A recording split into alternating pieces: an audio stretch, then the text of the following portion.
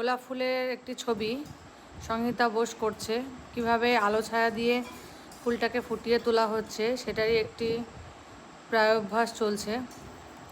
তো সুতরাং যারা যারা গোলাপ ফুল আঁকতে ভালোবাসো তারা দেখো কিভাবে ও করছে, সেইভাবে দেখে তোমরা তোমাদের মতো চেষ্টা করো। আশা করি সকলেই শিখতে পারবে। খুব সাধারণভাবে এটা করানো হচ্ছে। প্রথমে আগে ডিপ কালার দিয়ে লেআউট করা হচ্ছে, তারপর আর একটা ব্রাশ নিয়ে ওটাকে জল দিয়ে আলো ছায়া দিয়ে নামানো হচ্ছে। প্রত্যেকটা কাজই খুব ধরে ধরে তোমাদেরকে দেখানো হচ্ছে যাতে তোমরা নিজেরাও করতে পারো, এবং সহজ পদ্ধতি অবলম্বন করা হয়েছে।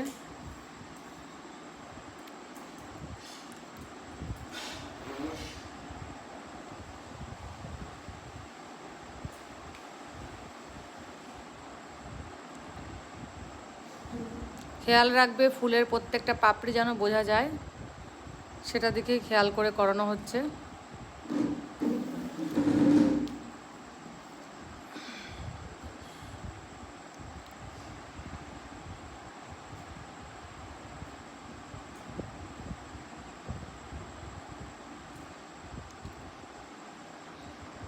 এবার আমরা পাতায় চলে যাব। পাতায় লেমন ইয়েলো দেওয়া হয়েছে, তারপরে ওর ওপরে হালকা করে স্যাপ গ্রিন কালার দিয়ে একটা আলো ছায়ার মতো তৈরি করা হয়েছে। বাঁ দিক থেকে আলোটা আসছে বলে তাই বাঁ দিকে হলুদ রঙের মিশ্রণটা একটু বেশি দেখানো হয়েছে, আর যেদিকটা অন্ধকার সেদিকটা ডিপ সবুজ দিয়ে ডার্কনেসটা বোঝানো হয়েছে।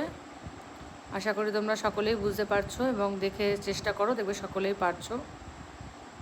কিছুই না, দুটো ফুল, দুটো কড়ি এবং ডালপালা পাতা দিয়ে একটা সুন্দর গোলাপ ফুলের একটি ডালপালা সহ পাতা দিয়ে ছবি তৈরি করা হয়েছে। সেই জন্যই তোমাদের এই ছবিটা ফুটিয়ে তোলা হয়েছে। এবং দেখো প্রত্যেকটা পাতার যে আলো ছায়াটা সবটাই বুঝিয়ে দেওয়া হয়েছে, তোমাদের করতে কারোর অসুবিধা হবে না। সকলেরই ভালো লাগলে শেয়ার করো, কমেন্ট করো, সাবস্ক্রাইব করো, আর কার কীরকম লাগলো সেটা কমেন্ট করে জানিও। আশা করি সকলের ভালো লাগবে। যদি কারোর কোনো কিছু বুঝতে অসুবিধা হয় নিচে কমেন্ট বক্সে কমেন্ট করো, তোমরা উত্তর পেয়ে যাবে।